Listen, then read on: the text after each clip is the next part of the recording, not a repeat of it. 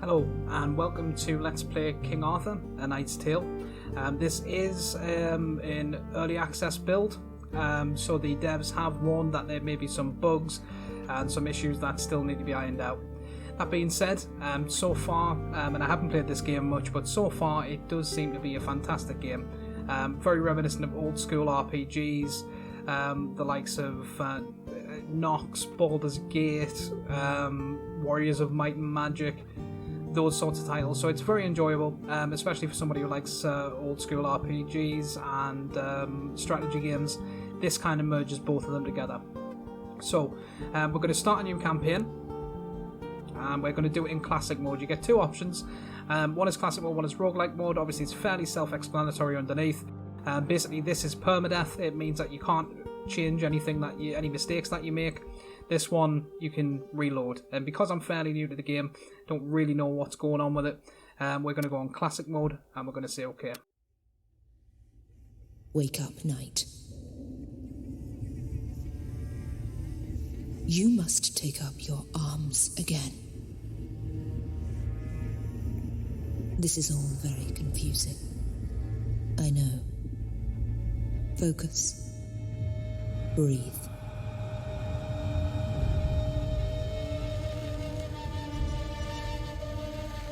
It will all become clear soon.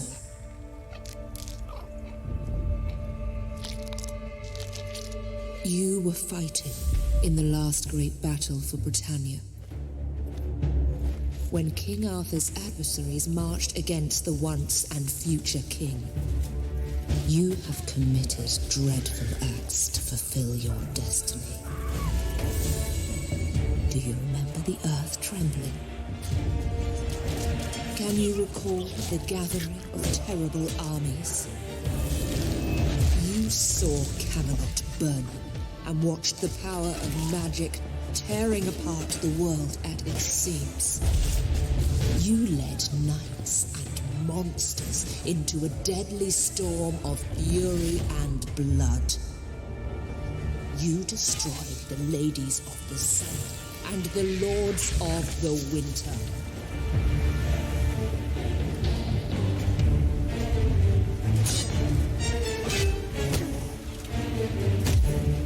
You have killed King Arthur, and with his dying breath, he struck you down. You both died, and yet you both live. You have unleashed something that cannot be stopped. The tide of madness and pain will swallow us all. I have brought you back to end this nightmare, Sir Mordred. I want you to go on a knightly quest. I want you to finish what you have begun. Kill King Arthur, or whatever he has become, after I took his dying vessel to Avalok. Sir Mordred, living and breathing again. But is he truly alive? I wish I could talk to him, but I can't just yet. Serves him right anyway. I've set this dread knight on a dark path, and for now, I can only watch where it takes him. I've brought back King Arthur's nemesis, and wonder if I made the right choice. Mordred did the impossible, after all. Almost killed the king, who cannot be killed. And that's how the nightmare began. So, straight away, what you notice, or at least what I noticed, is the camera movement is a little bit foreign to me. You essentially hold down the middle mouse button, and you can use the wheel to zoom in and out. But it takes some getting used to, or at least it did for me. Not too long, but it's not the way. It doesn't work in the way that it often does in these kind of games. Nevertheless, the camera angle immediately reminded me of Baldur's Gate and Nox and things like that, and that in its own provided some nostalgia factor. So you can essentially interact with certain things by clicking on them. So if you get this little hand icon, go ahead and click on it, Shrine of the Lady. This looks like an ancient hidden shrine dedicated to the powers that rule all the waters. The engravings on the surface depict various scenes of healing and maybe a ritual where sword-wielding warrior rises from a slab of black stone under the watchful eye of a mysterious woman clad in robes. The stone is warm to the touch and a flicker of strange sensation prickles the skin. Magic, maybe? Maybe. It's probably the Lady of the Lake, though I don't know. There are many things about this game that I don't know, but those that I have managed to figure out, I will be sharing with you. Oh, another note before we move on is we have basic controls here. So this will basically give you, as it suggests, a basic idea of what to do and what the controls are. So it'll tell you there basically what I've just said, as well as the camera and right click to move around. So in that sense it is kind of reminiscent in terms of the controls as well. I think that's what the devs were probably going for. You don't necessarily have to use the right mouse button to move. I'm currently using the WS and D. Who the hell are you? I'm here to teach you some manners, lad. Which one will die first? So, straight away when you get into combat, and you've got the basic fight tutorial here, so we'll go through that first. Characters use action points, AP, to act in combat, like moving and activating skills. It refills at the start of every turn. Around the selected character you can see a highlighted area. It is a character's movement range. It determines the maximum distance that a character can move with their current AP. When you select a skill, the highlighted area changes both in shape and colour. This is the attack range, which determines the maximum distance that the character can reach with that skill. So, to put that into practice, basically this is your action points, and you can see that it decreases or it goes red depending on where I move to. Now, you need, for your skills, for that, for example, the strike deals 100% damage to an adjacent enemy. It costs 3 action points. So wherever we move to, if we want to attack him, we want to make sure that we have at least 3 action points left. This one, for example, only has an AP cost of 2. So if you only wanted to use this debuff, which basically causes invulnerability, decreases his armor in a sense, then you would only need 2. Fairly simple still. The green area, I believe, is the area to which you can actually, if you moved in that area, you would still be able to use the selected skill. So at the minute we've got strike selected, and we can only strike 1 square or 1 grid around us, and you can use escape to get rid of that. The green is basically saying you've got enough movement or action points to attack him after you make that move. If we move into the right, into the white even, it basically is saying that you won't be able to use your attack. And the same goes for him. You can see that if you hover the mouse over him, you've got the red zone, which is where he can attack, or where he can move to, to attack, and the orange zone is where he can move to, but he won't be able to attack. So we're going to go ahead and try and finish him off pretty early. So let's move over there. In a battle, it is usually best to use the right mouse button, because you have to be fairly precise if you're trying to plan it out. So we've got 4 action points, so we can use one of them, or we can use that. Yeah, we can't use both. Let's use the strike. To select that, you literally just left click it and then left click him, and it'll essentially do what you want it to do. You've got the reserve option as well, so if you've got action points left at the end of a turn and you can't really use them on anything, or you don't want to make the move, you can essentially use the reserve function to reserve them for the next turn. Just before we get to the next turn, something that I had real trouble remembering is when you move, when you're inside of his attack zone. So if I decided to move to there, because I'm beside him, he would get an opportunity attack. So he would be able to hit me because I moved. So it's worth bearing that in mind, especially in bigger battles. That's something that caught me out a number of times through my first playthrough on this game. So we'll reserve that action point and we'll end the turn. So now he's got to take his turn. We blocked it, so it's not a big deal. Now, we don't really want to... How much... Yeah, maybe we do. So we can use the debuff which will decrease by 2 action points. Attack. We will decrease his armor rating, and we've still got plenty of action points there to give him another strike. Let me cut you to size. And that's him done with. Damn, that felt good. But where am I? I thought that dying can change a man, but I might be wrong. Hey, who's there? I can hear you. Let me out. So, there's obviously a voice now. If you want to find out where this guy is, he'll be through this door. You click on it, open it up, get in here, and this will be your first time that you get the chance What to is this loot thing? a body as well. So you see this body in here with the gold coming off it. That basically means if you go over to it and you give it a click, you'll get some loot, which is usually gold, which is always nice.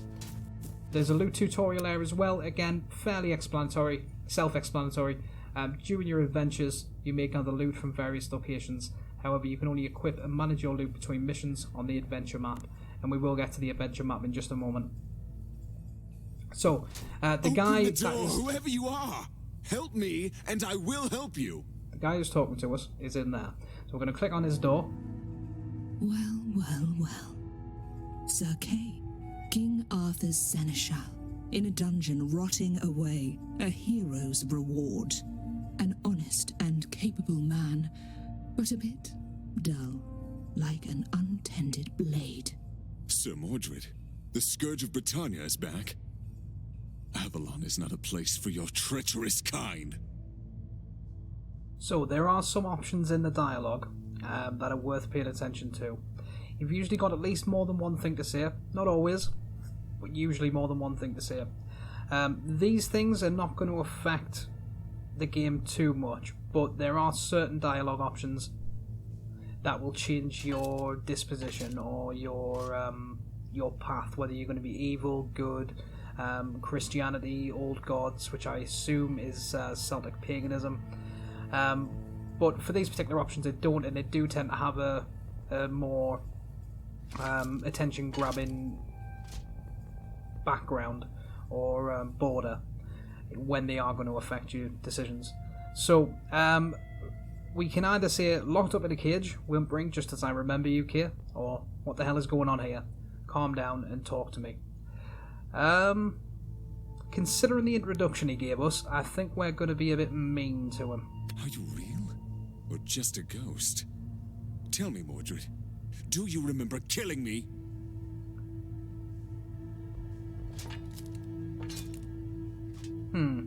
So, can't say I do. No. And yet here you are. Speak. Help me escape, traitor. Then we may talk. So here we go. We've got the first bordered dialogue option, which essentially means that this will probably affect something in the game. Now, this particular one, again, I'm not tremendously familiar with this game, but this particular border tends to mean that it's part of your quest. So basically, if you pick this option, it will advance the main quest. These are additional dialogue options that you've got. Of course, you can explore them. I certainly did in my first playthrough, but for the purpose of this video, we will just go on the quest option. You promise me help if I set you free. How about that? I keep my promises. I will help you, Mordred. Okay, and again, to advance the quest, we press the silence, essentially. The powers that rule this land decided to trust you with our fate. I don't know how to feel about that. But soon, you must make your very first decisions. Okay, again, so you've got some further dialogue options, which are pretty cool if you want to explore them. Again, for the purpose of this video, we are just going to open the door. So, we've now got him with us as a follower, in essence. You see him up here. This is Sir Kay. You've got a number of different formations you can choose, but we'll get into that in just a moment. We lead him out of here and back to the room where we had the fight with that guard. And he will then get his armor. Great. That's my armor over there. Finally. I feel more useful now. You think a sword makes you less useless? We must get out of here. Go to the door and let me handle this. Okay, so we'll do as he says. We'll go to the door, open it up. Rascals! I told you that you will pay for this. What the hell is he doing out of his cell? Surprise! We have some killing to do. So now we have the opportunity to get him with a backstab. Now that's essentially just going to increase our damage output. So we do have enough action points to hit him with that first. Might as well make sure we kill him in one go. So let's debuff him. And then let's give him a backstab. Your head is mine. Lovely. So that's him done now. We can reserve these action points for the next turn, or we can move over closer to him. What you can also do is you can switch over to Sir Keir, and you just click his portrait there, by the way, if anyone's wondering how I did that. Get him within range, and then we get to you can either, he's got a unique skill actually, which allows him to do continuous damage to multiple enemies in a 3-grid streak, so it's usually 3 grids in front of them. You can, if they had 3 guys standing in front of you, you could damage them all by 75%, or you could damage one of them by 100%. Again, we've only got one enemy, so we're just going to go ahead and strike him. He's got 1 HP left. Unfortunately, that is going to mean that he gets a go, so we'll reserve those action points, and for him, we'll reserve his as well. And then we're going to end the turn. Okay, so he took his turn. We actually blocked that, so that's fine. And we'll give another strike, get rid of him. In the end, all corpses look the same. If you say so, Modred. Now, when you're moving around, you can only use the party leader. At least that's as far as I've got with it. I have tried many different ways to try and select the different characters, but it seems you can only use the party leader, which from the adventure map, once we're past the tutorial, you can choose who the party leader is going to be. You do have a number of formations, so if we start moving now, because we've only got 2, it's not really the best way to showcase this, but the more you've got, again, it's fairly self-explanatory. The more you've got, the more formations that are available to you, and the more useful they'll be. So I think for now we're just going to have him following behind, and we will continue through the we've got another tutorial here. Orientation. Character orientation has a huge impact in combat. You can rotate your characters by right clicking on them and dragging. A character with a shield will take reduced frontal damage, however characters attacked from behind will take more damage. So it's more or less just talking about the backstab as we discussed. So we'll OK that and continue down the hallway. There's a door there. Let's have a look and see what's in here. What's this? Oh, we got a chest. Lovely. So again, it's sparkling gold. That means it's probably loot. So let's go ahead and loot it. Chest. That gave us a rune for 2-handed weapons. Still not 100% what they do. It gave us 58 gold as well. Nice. But the runes, I believe, are essentially just different. This is the Warden's room. Different Prepare weapons. for battle. Or different effects on your weapons. I believed initially that it was to do with enchanting. It doesn't seem to be. So let's open that up, and we'll get into the Warden's chambers.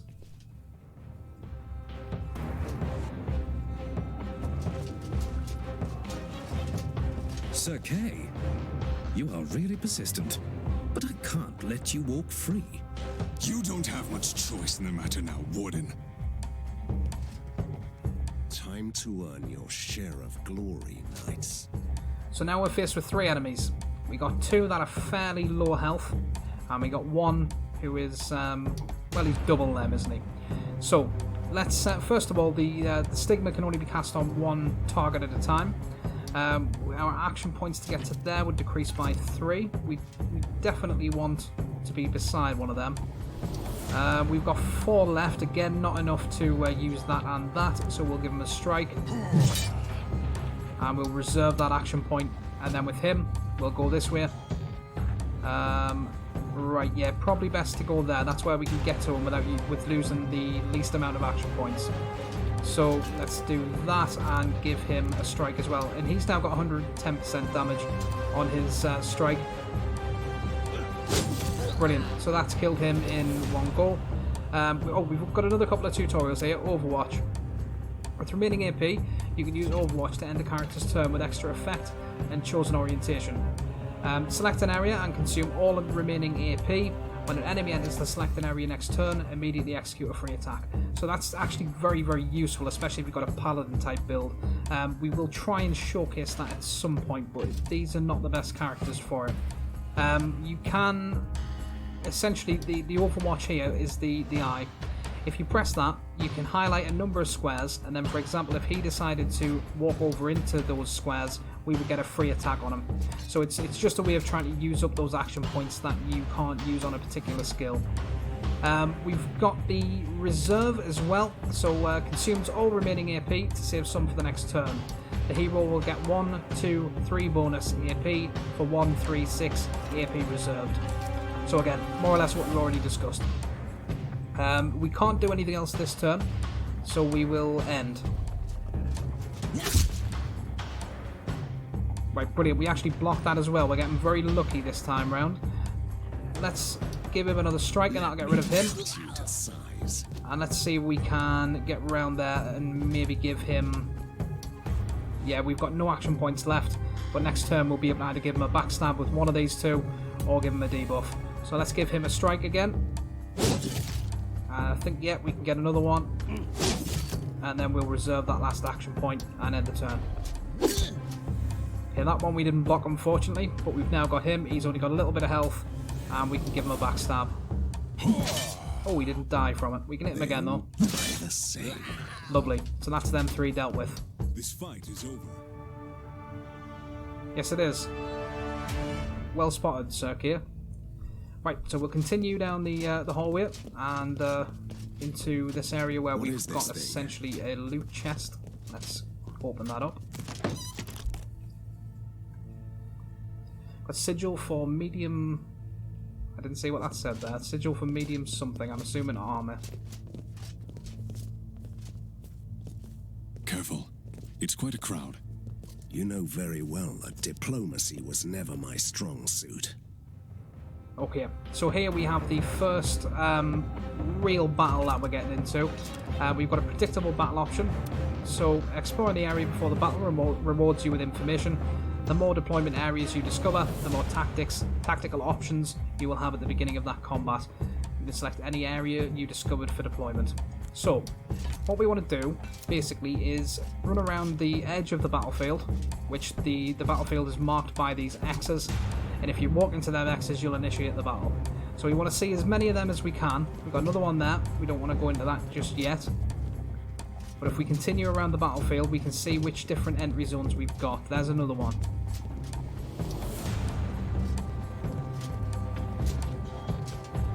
And we should have another one around there. Yep, there it is. And another one there. So, what we're going to do now, we see an archer's there.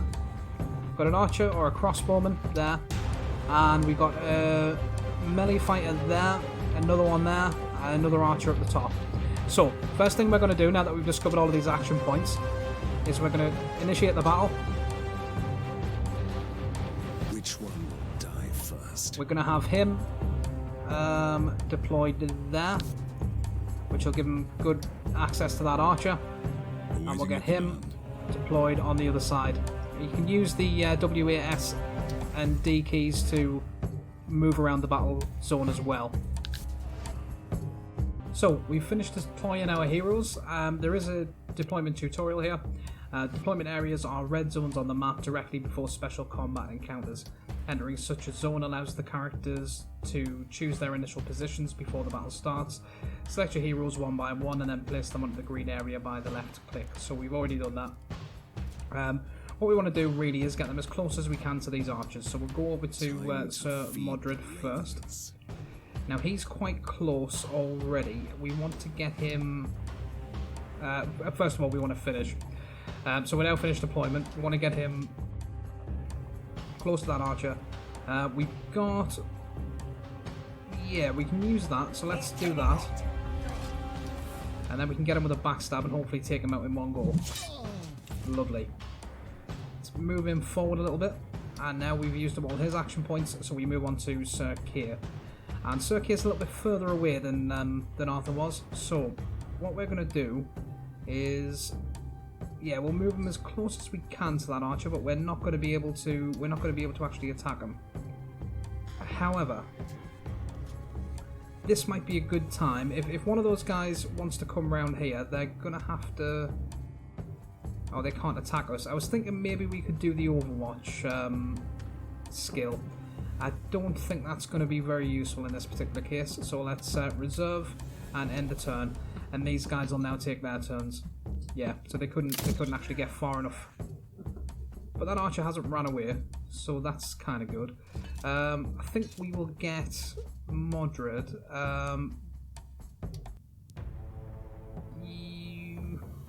We'll have one action point left. Right, let's go there. See if we can use this. We need at least 3 AP to use that, so never mind.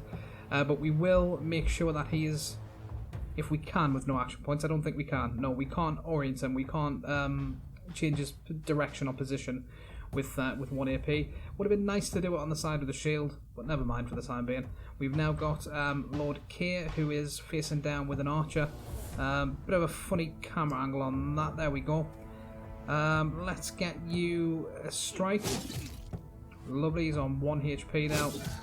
And we'll get rid of him with that one. And we'll move a little bit closer to this guy. So we're now going to end the turn. Unfortunately take a couple of hits from these guys. But never mind, they didn't do too much damage. So there we go, we can orient him that way. And we can now give him a debuff. And we can slash him. Oh, didn't quite get him. So let's reserve, and we'll move over to Sir K. We'll give him a strike. We can give him another one. That's him dealt with.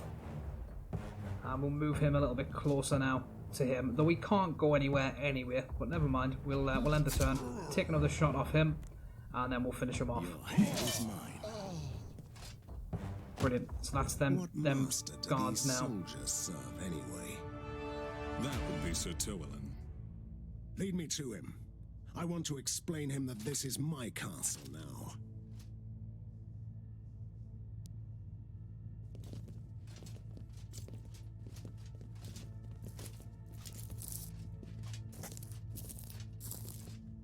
So, you are back as well, traitor. You probably don't remember me.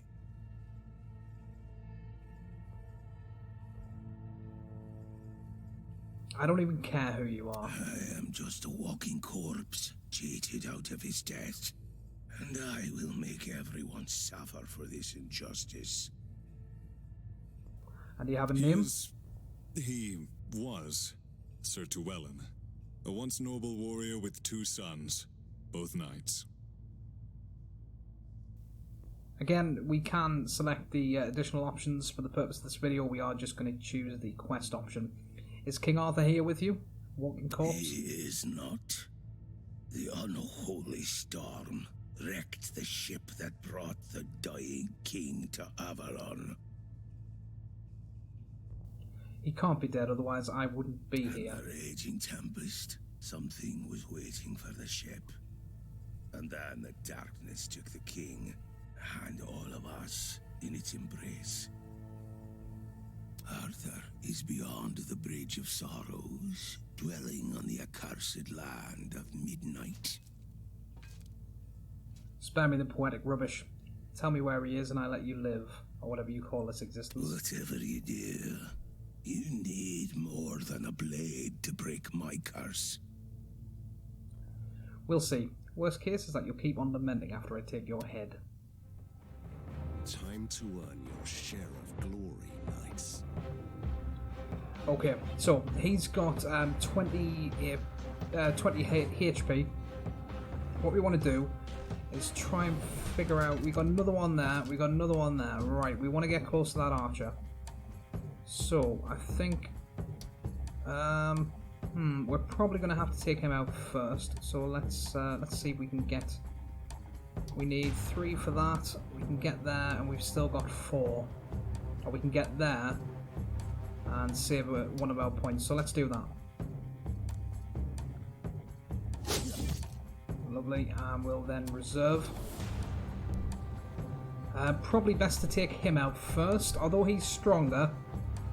My thinking on that is he can still do damage and we can get rid of him pretty quick. So let's give him Death awaits. a debuff, and let's... Oh, we can't. Of course we can't. Right. We're going to have to move a little bit closer. Yeah, there we go. Your head is mine. Brilliant. Now, what we want to do is try and orient it so that we've got the shield where it's going to take the damage. We may still be somewhat vulnerable to him, but at least we're on the shield side. He's out of action points. We'll reserve them and we'll end the turn. Brilliant. We blocked that. At least part of it. Yeah. We're getting duffed in now. So let's finish him off if we can, although he's not taking a tremendous amount of damage, is he? Let's try and get him another one and another. Yeah, that's us done now. We'll reserve. Quick note, this is your armor essentially. So the vitality is your actual health, so to speak. This is... It's not necessarily your armor, but it's hit points. It's damage you can take, as it says, without dying or without suffering serious damage. Typically speaking, you really don't want to be taking damage to your vitality. You'd rather take it to your armor if you have to. So let's get the let's get another strike on him, and another one, and that should be him done. Brilliant. Now we can, yeah, we'll move a little bit closer to the archer. But let's see if we can do it under cover of this ornament. Yeah, so if you take damage to your vitality, you can be either killed or seriously injured, which will decrease your character's stats, so not ideal. We can't do anything else with him. Let's end the turn and take another couple of hits, unfortunately.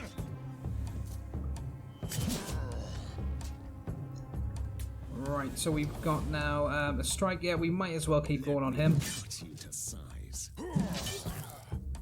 Unfortunately, we've not got enough action points left to finish to start on him, so we'll reserve them. And you, I think we want to try and get you there. Yeah. Brilliant. Now we can hit the archer. We've not got enough left to finish him off, but at least he's on low health. Now, can we orient with no action points? I don't think we can. No, we can't. Right, that's unfortunate. Right, we'll end turn. Okay, we took a bit of a beating there. Let's turn around, give him a debuff, and then we'll get him with a strike. And another one. And for him, we should be able to finish him off with just one strike. Brilliant. Now, we want to get him over there to help out, if we can, before before the Trowellian guy dies. We've got no action points left on him. Let's end the turn. Okay, he got us with a decent hit, but we did manage to block with a shield. You do have the healing potion here as well, which costs you 1 AP. If you want to drop that, essentially increase your hit points or your armor. So it's worth knowing that. Another thing that I forgot quite often when I was doing my first playthrough of this game. Let's get him there and get him with a strike. Lovely, and then we'll get Modred to strike him as well, and we got one left. That'll finish him off. Lovely. I'm not even out of breath. The battle is over, and you must make a choice, Mordred. This is merely the first in a chain of similar decisions that will eventually determine what kind of leader you will be. Tell me, what will happen to Camelot? So, here we go. This is the first where it's pretty obvious you can either choose between good and evil, or I think it's righteous and tyrant. So if you want to be a tyrant, I've decided this is my throne room now, and with my band of selected knights I will fulfill my destiny. Or you can be righteous. I've been chosen by the Lady of the Lake as a protector of Camelot. I will not take this throne, but I'll make my round table and take on this quest. So we're going to be righteous for the time being. So let's choose that.